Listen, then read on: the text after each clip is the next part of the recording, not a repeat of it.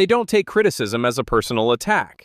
Tell someone their email had a typo, and watch them defend it like you question their character. The brain has a reason for treating a small critique like a threat, and a few people have learned to shut that reason off. Psychologists call this an ego threat. Your sense of competence feels like it's on trial, so your first reflex is defense, not curiosity. Highly intelligent people still feel that sting, but they don't stop there. Instead of asking, "Do they think I'm stupid?" they ask, "Is there anything useful in what they just said?" That thought moves you from emotional mode to analytical mode. You look for patterns. If the same weakness keeps getting pointed out, that's not a personal attack. That's pointing to a real problem you can fix. Other times, the feedback has nothing to do with you at all. Highly intelligent people are good at noticing when someone is just dumping their own insecurity or bad day onto the nearest target, and they let those comments roll off instead of turning every remark into evidence that something is wrong with them. They don't treat "I don't know" as a sign of incompetence. Saying "I don't know" out loud feels like an admission of failure, but for some people, it's the smartest 3 words they'll say all day. Most of us were trained to think ignorance is the one mistake you're not allowed to make, so we bluff, we smile, and we pray no one asks a follow-up question. That's the opposite of what psychologists call intellectual humility, the ability to recognize the limits of your knowledge without diminishing your self-worth. Highly intelligent people don't confuse gaps in information with gaps in intelligence. "I don't know" is just how they figure out what they need to learn next. Faking certainty does the reverse. You end up making real decisions on guesses you never admitted might be completely wrong. The smartest people aren't the ones who pretend to know everything. They're the ones who say, "I'm not sure," while everyone else is still nodding along to a word they couldn't define if you paid them. They don't argue with people who won't budge. You can win every single point in an argument and still walk away the loser. Once you see why, you'll stop having half the arguments you have now. On paper, arguments are about facts. In real life, most arguments are about identity. Psychologists call this motivated reasoning. The brain protects the beliefs that protect how you see yourself. When that's happening, more facts don't fix the problem. They feel like more pressure, so the other person digs in harder. Highly intelligent people watch for the signs, like changing the subject, ignoring direct questions, or reacting to neutral data like it's an insult. Once they see them, they stop treating the conversation like it can produce change. They might stay polite, but they're no longer investing effort. That's not losing the argument. That's accepting this person is defending who they are, not updating what they think. They don't need validation to act. Some people ask everyone they know what they think before they'll make a single move, and they spend their whole life waiting on an answer that was always theirs to give. Wanting feedback is normal. Needing a constant round of applause before you act is a dependency on social approval. Your brain treats other people's agreement as proof your decision is safe. Highly intelligent people still listen to others, but they filter hard. They ask, "Is this person informed? Do they understand my situation? Do they carry any of the risk?" Advice from people who know nothing about your context gets weighed accordingly. You don't wait for everyone to agree, because there will always be someone who doesn't. Intelligent people act when they have enough information and a clear sense of the trade-offs, not when every last person approves. They don't interrupt just to sound smart. The second you start thinking about what you're going to say next, you stop hearing the conversation. Most people do this constantly and have no idea what they're missing. Interrupting isn't always about being rude. It's often about anxiety. You're afraid if you don't jump in now, your thought will disappear, or someone else will say it first. Psychologists link this to impression management. You're focused on how smart you look, not what you learn. Highly intelligent people treat a conversation like information gathering, not an audition. They know the most valuable piece of data is often buried in that last clause the other person would have said if they hadn't been cut off. So they let people finish, even when they think they already know what they're going to say. From the outside, it looks like patience, but it's really a strategy. You can't use what you never bothered to hear.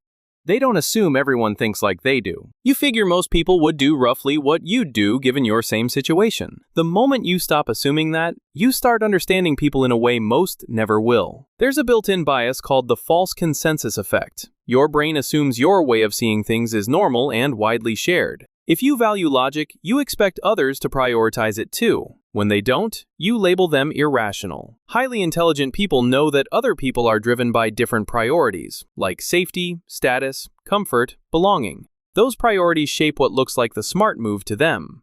Instead of thinking, "I would never do that," they ask, "What did this person get out of it?" Once you stop assuming the rest of the world is a version of you, human behavior starts making a lot more sense. They don't believe things just because they hear them a lot. Hear something enough times, and your brain starts filing it under true, even if nobody ever checked whether it actually was. This is the illusory truth effect. Repeated statements feel more accurate simply because they're familiar. Your brain takes easy to recognize and turns it into must be reliable without any real evidence. Social media makes this 1,000 times worse. When the same claim shows up in tweets, headlines, and comment sections, it creates a false sense of consensus. It feels like everyone knows this, when in reality, you've just seen the same unverified point 50 times. Highly intelligent people treat repetition as a warning sign, not proof. If a claim shows up everywhere, they don't assume it's true. They ask where it started and whether there's anything to back it up. The more aggressively it spreads, the more they want to know who's pushing it and why. Familiarity is a feeling. Truth is something else. They don't judge ideas by who said them. A good idea doesn't get worse because someone you can't stand said it out loud.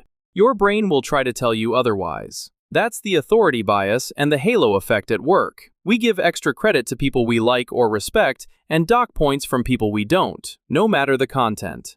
A person in a lab coat or expensive suit can say something stupid and get applause. A person you hate can say something accurate and get shot down. Highly intelligent people notice that reflex and separate the idea from the person. They ask, if this were anonymous, would it still make sense? That lets them accept uncomfortable truths from people they dislike and reject weak arguments from people they admire. You're allowed to think a person is a complete idiot and still admit they're right about this one thing. The two have nothing to do with each other. They don't cling to beliefs that fail the evidence. There's a specific kind of sting in finding out your favorite theory is wrong. Most people would rather stay wrong than feel it. The force keeping the bad idea alive is the confirmation bias, the brain's habit of hunting for evidence that backs what you already believe and dismissing everything that doesn't. 10 facts against you get ignored. The one shaky fact in your favor gets framed and hung on the wall. Worse yet, the longer you've held a belief, the more it becomes a part of you, so dropping it's like losing a piece of yourself instead of updating a file. That's where the sting is felt. You're not defending an idea anymore, you're defending the identity attached to it. Highly intelligent people treat their beliefs as hypotheses, not tattoos. A belief is a best guess given current information, and when the information changes, the guess changes too. They'd rather be briefly embarrassed than permanently wrong, a trade that always pays off in the long run. They don't make big decisions while emotionally hijacked. Angry you and calm you are entirely different people. Only one of them should be allowed near a big decision. When your nervous system is lit up by rage or panic, your brain shifts into survival mode. Psychologists describe this as a hot state. Your emotional systems fire fast, your rational systems lag, and short-term relief suddenly looks like the only goal that matters. In that state, quitting your job or sending a nuclear text feels weirdly reasonable.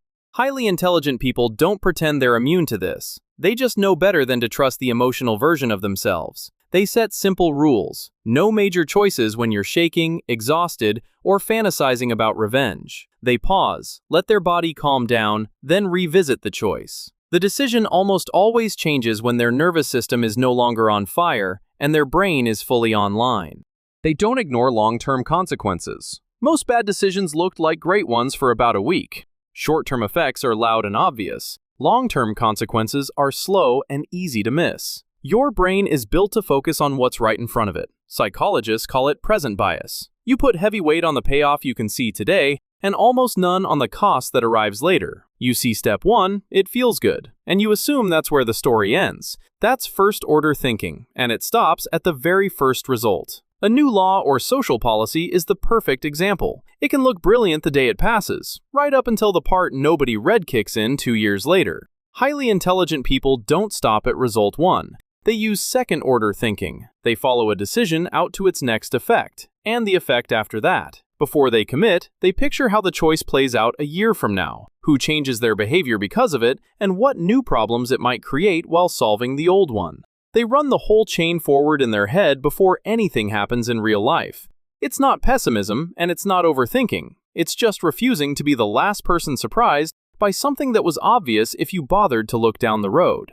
They don't surround themselves with echo chambers. The people who agree with you the most might be the least useful people in the room. An echo chamber is an environment where every voice reflects your own back at you, and it feels fantastic because being agreed with feels exactly like being right. It's also where good thinking goes to die. With nobody pushing back, the confirmation bias from earlier runs unopposed, and group polarization sets in. Surround a group with its own opinions, and those opinions drift further from reality. Your blind spots never get caught. Your worst ideas get applause instead of questions. By the time you're sure of everything, you've usually stopped checking any of it. Highly intelligent people do the opposite on purpose. They keep a few sharp people around who'll call them out. Not enemies, but honest friends who treat disagreement as a favor. It's not comfortable. A real challenge to your thinking isn't supposed to be. But that friction is what keeps your ideas honest. One person willing to tell you you've lost your mind is worth 10 who will swear you're a genius.